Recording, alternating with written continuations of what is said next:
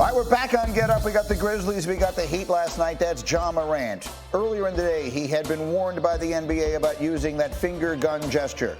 This is 4 minutes into the first quarter last night. And, Alan, there it is, as clear as can be.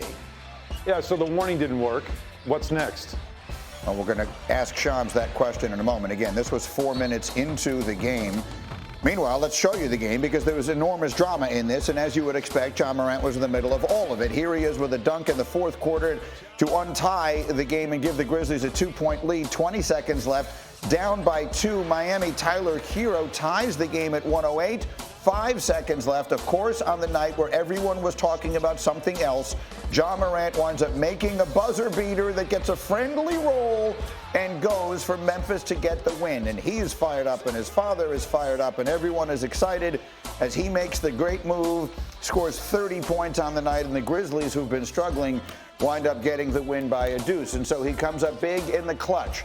But that isn't what anyone was talking about after the game last night or this morning. It's all conversation about the finger gun gesture that he made again. And let me add the context to this in case you were not aware. Ja Morant has a history with firearms that is well documented. March of 2023, it began with a video of him at a nightclub holding a gun. Commissioner Adam Silver ended up suspending him 8 games for the incident. 2 months later, he was seen again in a video brandishing a firearm. Adam Silver came down harder, suspending him for the first 25 games of the following season.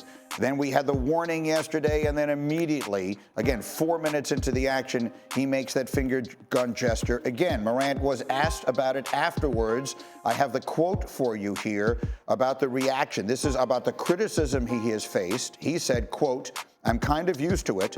I was pretty much a villain for 2 years now.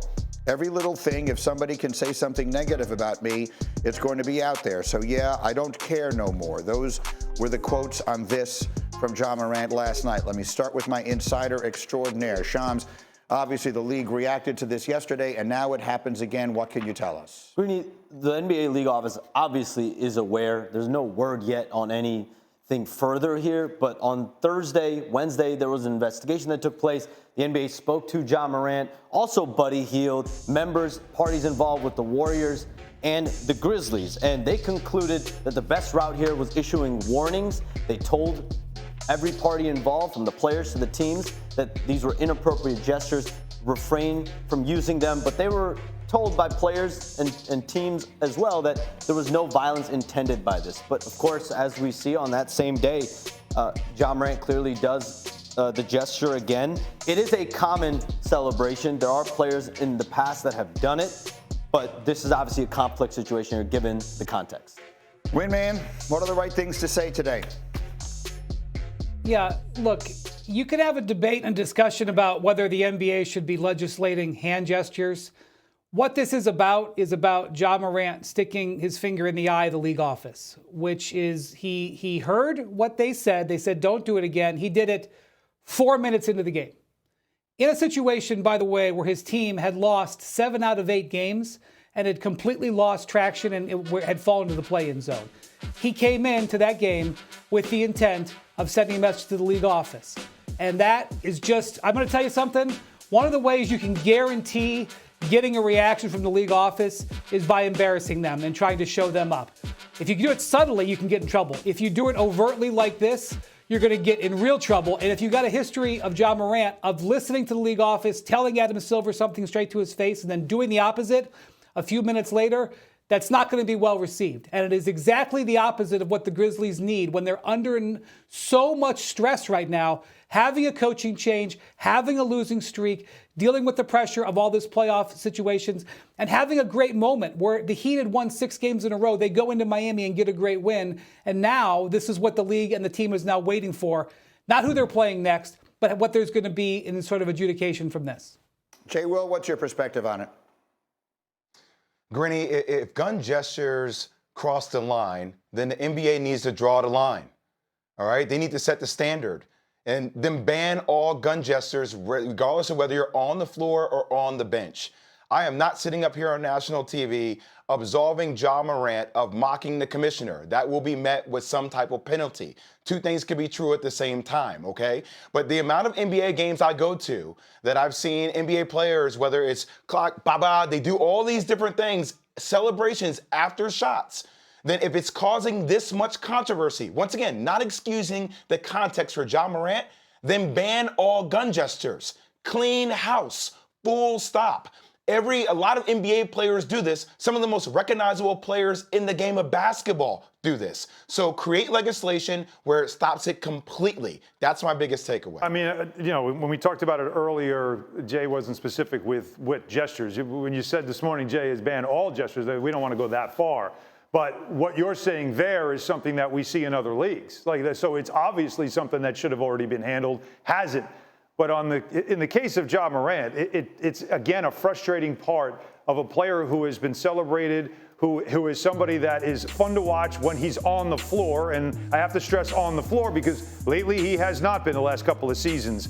And his lack of accountability and lack of humility in this situation, that's a bigger concern for the league, goes beyond gestures.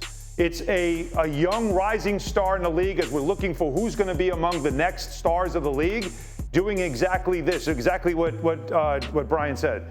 And that's a bigger problem that I have. And for him to now make it become the victim in this whole thing is absolutely ridiculous. Do I have Graziano? Because that point that Alan just made was brought up in our meeting. Dan Graziano, our NFL insider, when we were talking about this in our meeting this morning, you immediately jumped in with something that I think is relevant here. Well, I think I waited a respectful amount of time rather than immediately jumping in, but that's okay. What I said was the NFL has already banned this, right? The gestures that are violent or sexually explicit in nature are banned by the NFL, and it lists specific ones like a throat slash or mimicking shooting a gun. Or they just added one, the CeeDee Lamb celebration. That's the nose wipe gesture that apparently they say has gang connotations. So they'll throw a 15-yard penalty flag. I don't know what the NBA equivalent of that would be.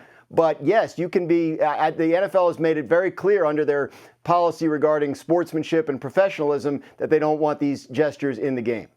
So, Jay Will, is that the kind of thing that you're talking about, that you're suggesting the NBA needs to do to make sure there is a clear line here and it's not just for Ja Morant because of his particular history involving guns, but that it is just something that the league will not tolerate from players?